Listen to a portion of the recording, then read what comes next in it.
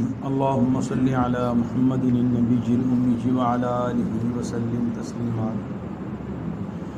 أعوذ بالله من الشيطان الرجيم. بسم الله الرحمن الرحيم. يا أيها الذين آمنوا إنما الخمر والميسر والأنصاب والأزلام رجس من عمل الشيطان فاجتنبوه لعلكم تفلحون. انما يريد الشيطان ان يوقع بينكم العداوة والبغضاء في الخمر والميسر ويصدكم عن ذكر الله وعن الصلاة فهل انتم منتهون. ترجمہ: اے ایمان والو، یہ جو شراب اور جوا اور بت اور قرآن اندازی کے تیر ہیں، یہ سارا کا سارا شیطان کا گندا کام ہے. چنانچہ تم اس سے بچو تاکہ تم نجات پا جاؤ. شیطان تو چاہتا ہے کہ تمہارے درمیان دشمنی اور بغض ڈال دے، شراب کے ذریعے سے اور جوئے کے ذریعے سے، اور تم کو اللہ تعالیٰ کے ذکر سے اور نماز سے روکتا ہے. سو کیا تم باز نہیں آؤ گے؟ یا اس کا ایک ترجمہ، کیا تم باز آ جاؤ گے؟ تو یہاں پر کچھ احکامات کا ذکر کیا جا رہا ہے. 4 چیزوں کا ذکر کیا: شراب اور جوا اور بت، یعنی انصاب. انصاب کی تھوڑی سی تفسیر ہے، بیان کرنی پڑے گی. انصاب اور جوئے کے تیر، اس کی بھی تھوڑی سی تفسیر بیان کرنی پڑے گی. تو دیکھا جائے تو اللہ تعالیٰ فرما رہے ہیں کہ یہ 4 چیزیں شیطان کا گندا کام ہے. یعنی یہ 4 چیزیں ایسی ہیں جن کو اختیار نہیں کرنا چاہیے. یہ 4 چیزیں خالصتاً شیطان کا کام ہے، لہذا اس سے پرہیز کرو اگر تم لوگ دنیا اور آخرت کی کامیابی چاہتے ہو. یہاں عجیب نکتہ ہے. شراب اور جوا، مفسرین لکھتے ہیں کہ بنیادی طور پہ ان کو یہاں پر بیان کرنا مقصود تھا. آگے بتوں اور قرآن اندازی کا ساتھ ذکر کیا، یہ بتانے کے لیے کہ جیسے بت پرستی صراحتاً حرام ہے، اسی طریقے سے شراب بھی صراحتاً حرام ہے اور جوا بھی صراحتاً حرام ہے. جیسے تم بت پرستی کی حرمت کو سمجھتے ہو تو تمہیں شراب کی اور جوئے کی حرمت کو بھی سمجھنا ضروری ہے. اور اسی طریقے سے شراب اور جوا کھیلنے سے انسان کی دنیا بھی برباد ہوتی ہے، انسان کی آخرت بھی برباد ہوتی ہے. جیسے کہ بت پرستی کرنے سے انسان کی دنیا بھی خراب ہوتی ہے اور آخرت بھی خراب ہوتی ہے. اس کے نقصانات ہیں، دنیاوی نقصانات بھی ہیں اور آخرت کے نقصانات بھی ہیں. شراب پینے کا سب سے پہلا جو دنیا کا نقصان یہ ہے کہ انسان کی عقل جو ہے وہ اپنے آپ میں نہیں رہتی، بلکہ انسان کی عقل نشے کے جو ہے وہ ماتحت ہو جاتی ہے. نشہ انسان پہ حاوی ہو جاتا ہے، جس کے نتیجے میں نہ اس کو اپنی ماں کی تمیز رہتی ہے، نہ اپنی بہن کی تمیز رہتی ہے، نہ اپنے کی تمیز رہتی ہے، نہ پرائے کی تمیز رہتی ہے. اسے پتہ ہی نہیں ہوتا کہ میں کیا کر رہا ہوں.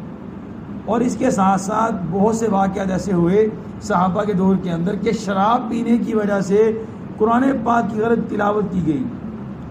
جب شراب کی حرمت ابھی تک مکمل طور پہ نہیں آئی تھی، صحابہ کرام اکٹھے بیٹھے ہوئے تھے، تو ایک صحابی رسول نے صحابہ کرام کی دعوت کی، تو سارے صحابہ اس گھر کے اندر جمع ہو گئے. اب وہاں پر چونکہ ابھی شراب حرام نہیں ہوئی تھی، تو وہاں پر دعوت کے پروگرام میں بطور کیا کہتے ہیں ڈرنک، شراب کا مشروب وہاں پر چلا. تو جب صحابہ کرام نے شراب پی تو اسی کے شراب پینے کے بعد نماز کا ٹائم ہوا، تو نماز پڑھاتے ہوئے ایک صحابی رسول نے لا اعبد ما تعبدون یہ آیت جو ہے تلاوت کرنی تھی کہ ہم نہیں عبادت کرتے ان معبودوں کی جس کی تم عبادت کرتے ہو. تو صحابی رسول نے وہاں پر جو ہے جو نفی کا جہاں پر ترجمہ نہیں کا ہے، اس نہیں کے ترجمے کو ہٹا کر عربی کے اندر عبادت کی. اعبد ما تعبدون، کہ میں عبادت کرتا ہوں اس کی جس کی تم عبادت کرتے ہو. یہ تو صریح کفر والا ترجمہ ہو جائے گا. غرض یہ کہ قرآن پاک کی تلاوت غلط ہو گئی اس شراب کے پینے کی وجہ سے، تو یہ تو ہوا ان کا دنیاوی نقصان، اور آخرت میں نقصان کیا ہوا کہ مالک حقیقی نے اللہ تعالیٰ نے جس چیز کو حرام قرار دیا، آپ اس کو اگر اختیار کریں گے، اگر تو عقیدے سے اس کو حلال کر رہے ہیں اور اپنے عمل میں لا رہے ہیں تو پھر تو آپ کافر ہو جائیں گے، اور اگر آپ عقیدے سے نہیں کر رہے بطور عمل کر رہے ہیں تو جو اللہ تعالیٰ نے منع کر دیا حرام کام کو اختیار کرنے کی وجہ سے، اس کی سزا آپ کو بھگتنی پڑے گی مرنے کے بعد۔ تو آپ نے دنیا بھی تباہ کر لی، آخرت بھی تباہ کر لی۔ ایسے ہی جوا، یہاں پر ازلام اور میسر ایک ہی چیز ہے۔ جوا ازلام کیا چیز ہے؟ زمانہ جاہلیت میں مثال کے طور پہ 7 بندے اکٹھے ہو گئے، کچھ بندے اکٹھے ہو کر ایک جانور کو خریدتے تھے، 7 بندوں نے مل کے ایک اونٹ خریدا، برابر کی رقم اس میں شامل کی۔ مثال کے طور پہ اگر 1 لاکھ کا اونٹ ہے تو سب نے پیسے شامل کیے برابر اور ملا کر پیسے انہوں نے ایک اونٹ خرید لیا۔ اب اس کے ہونا تو یوں چاہیے تھا کہ برابر حصے تقسیم ہوتے، لیکن وہ کیا کرتے تھے، 7 بندے ہیں تو انہوں نے 7 بندے تو 7 تیر لے لیے، ان میں سے کچھ تیروں کے اوپر حصے مقرر کر دیے، کسی پہ 1، کسی پہ 2، کسی پہ 3، اور کچھ تیروں کے جو تیر تھے ان کو خالی چھوڑ دیا۔ اب نتیجے میں کیا ہوتا تھا کہ کچھ کو تو 1 حصہ ملا، کچھ کو 2 مل گئے، کچھ کو 3 مل گئے، کسی کو کچھ بھی نہیں ملا۔ تو اللہ تعالیٰ نے اس کو کیا حرام، کہ یہ حرام ہے۔ اگر جیسے تم شروع میں پیسے میں شریک ہو برابر کے، تو تقسیم کے اندر بھی تمہیں برابر ہونا چاہیے۔ اس کا حل اللہ کے نبی صلی اللہ علیہ وسلم نے ہمیں بتایا۔ اگر تمہیں تقسیم کر کے کوئی چیز لینی ہے تو شریعت میں اس کا کیا طریقہ ہے؟ اس کا طریقہ جوا نہیں ہے، اس کا طریقہ کیا ہے؟ تو مثال کے طور پہ ایک باپ نے اپنے بچوں کے لیے 4 اس کے بیٹے تھے، 4 اس نے مکان تیار کیے، اور اس نے کہا کہ ان 4 مکانوں میں سے ایک مکان میرے 4 بیٹوں کا ہے، چاروں میں سے ایک سب کو دے دیا جائے گا۔ لیکن اس نے تعین نہیں کی کہ یہ مکان اس کا ہے، یہ مکان اس کا ہے، اس نے متعین نہیں کیا۔ یہ کیا، یہ 4 بیٹے ہیں، 4 مکان ان کے حوالے۔ اب ظاہر سی بات ہے، جب ایک بھائی کہتا ہے یہ مکان مجھے اچھا لگ رہا ہے، یہ میں لوں گا، دوسرا کہتا ہے یہ مکان اچھا ہے، یہ میں لوں گا، تیسرا کہتا ہے میں لوں گا، یہ تو جھگڑا ہو گیا۔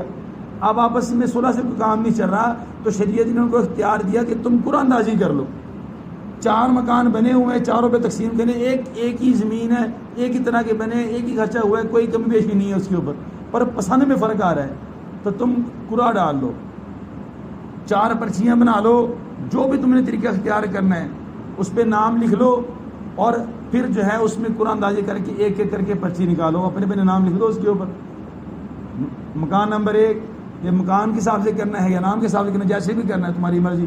تو وہ اگر تم حصے سے نکالو گے تو پہلا حصہ جس کے نام پہ نکلے گا اس کو دے دو، دوسرا مکان جس کے نام پہ نکلے گا اس کو دے دو، یوں تقسیم آپ کر سکتے ہیں۔ لیکن یوں کہیں کہ اگر ایک کو 2 حصے دے دیا، ایک کو 1 حصہ دے دیا، ایک کو کچھ بھی نہ دیا، تو یہ تقسیم شریعت میں جائز نہیں ہے، یہ صراحتاً جوا ہو جائے گا اور یہ حرام ہے، اس کی شریعت کے اندر اجازت نہیں ہے۔ اور ایک جو ہے اللہ جل شانہ نے یہاں پر خود جو ہے اس کی دنیا کا نقصان بتایا کہ اس کے ذریعے سے، جوئے کے ذریعے سے، شراب کے ذریعے سے لوگوں کی جھگڑے بھی ہو جاتے ہیں، لڑائی بھی ہو جاتی ہے۔ حضرت قتادہ رحمۃ اللہ علیہ ایک مفسر گزرے ہیں، وہ فرماتے ہیں کہ بعض عربوں کی یہ عادت تھی کہ وہ عرب اپنے گھر والوں کو، اپنے مال کو، اپنے سامان کو جوئے پہ لگا دیتے تھے، جوئے پہ لگا کے خالی ہاتھ، یعنی اپنی بیوی کو جوئے پہ لگا دیا، اپنے بچوں کو جوئے پہ لگا دیا، اپنے گھر کے سامان کو جوئے پہ لگا دیا۔ جواری بندہ، اس کو پھر ایسی لالچ ہوتی ہے کہ وہ کیا کرتے ہیں، ہر چیز کو جوئے پہ لگا دیتے ہیں۔ آج بھی ہم نے کئی لوگوں کے بارے میں سنا ہے کہ جواری بندوں نے اپنے بیویوں کو، اپنے بچوں کو، اپنے گھروں کو جو ہے، اپنے جائیداد کو جوئے پہ لگا دیا۔ یہ ایک تو اتنا بڑا نقصان کیا۔ دوسرا، جو بندہ کسی سے ہارتا ہے، عام حالات میں دیکھا جاتا ہے جب بندہ کسی سے ہارتا ہے تو ایک فطری طور پہ ایک اندر سے جذبہ اٹھتا ہے بندے کا کہ میں نے انتقام لینا ہے۔ اگر تو تربیت والا بندہ ہے تو وہ کہتا ہے نہیں انتقام نہیں لینا، میں ہار گیا تو ہار کے پاس ٹھیک ہے۔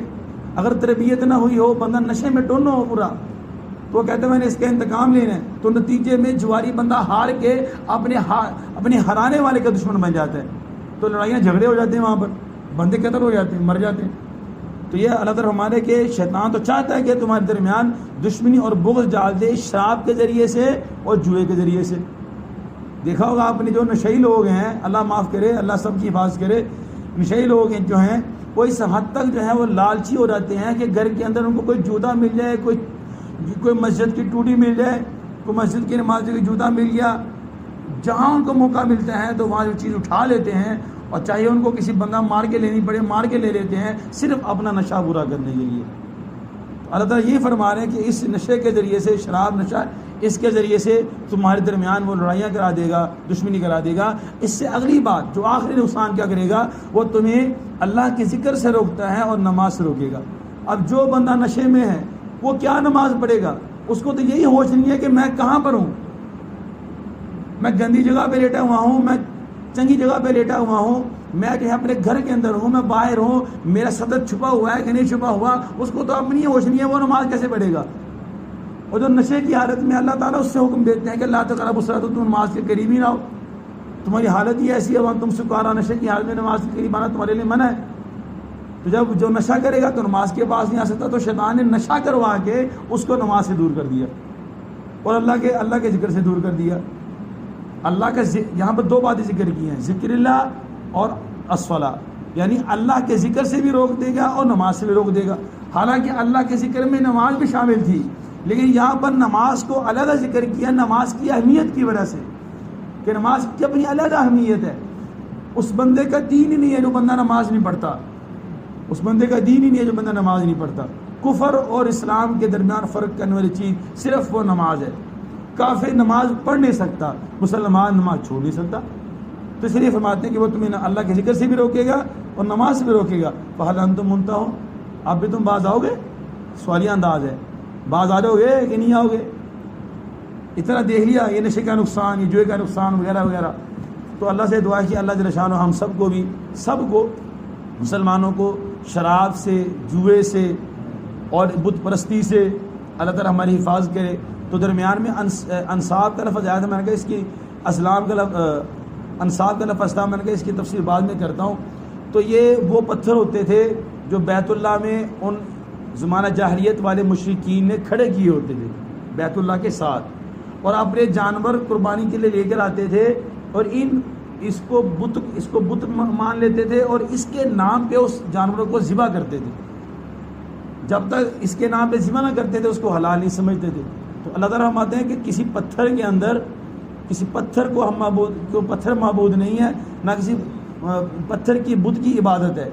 حضرت عمر فرما کے گئے تھے کہ رضی اللہ تعالیٰ عنہ, اے حجر اسود, میں تجھے صرف اس لیے چومتا ہوں کہ تجھے میرے نبی نے چوما ہے, ورنہ نہ تو کسی کو نفع دے سکتا ہے کسی کو نقصان دے سکتا ہے, صرف اس لیے چومتا ہوں کہ میرا نبی تجھے چوم کے گیا ہے, ورنہ تیری حیثیت تجھے خدا نہیں مانتے ہیں.